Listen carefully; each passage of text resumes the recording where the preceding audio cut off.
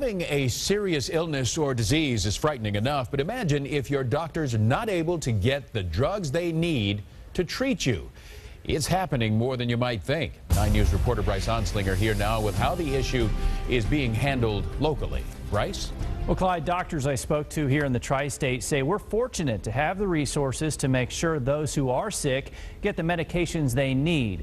But the issue of a shortage in prescription drugs has no end in sight. Thank you.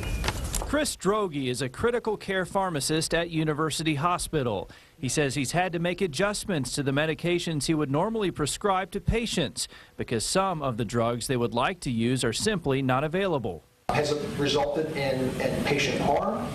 I wouldn't say so. We've been very fortunate in that regard so far, but we have to kind of count our blessings. The issue has caused harm to patients around the country. A recent study found at least 15 people have died in the United States simply because their doctors didn't have access to the drugs they needed to treat them. Right now, there's no end in sight, and unfortunately, not to cause worry or fear, I can't tell you if it's going to get any worse or get any better. Droege says more FDA regulations, along with generic drug companies going out of business, has caused part of the problem. With generics, you just don't make as much money. You make more meds, but you don't make as much money per pill, per capsule, per injection, etc. Last year, there was a record shortage of 211 medications. This year, at least 180 drugs crucial for treating childhood leukemia, breast and colon cancer, as well as infections, are already in short supply.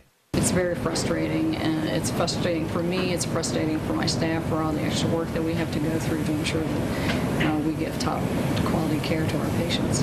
Karen Diehouse is a medical oncologist in Blue Ash. She works for one of the largest oncology practices in the country. She says that allows her and her colleagues in the tri-state to have the purchasing power they need to get the right drugs for the patients they treat. But we have had to certainly be proactive and be thoughtful and planning in terms of utilization of our drugs.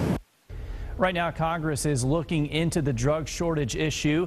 Doctors say it will take some sort of government intervention to make sure the drugs that are needed are manufactured, even if they're not profitable. Carol? All right, thanks a lot, Bryce.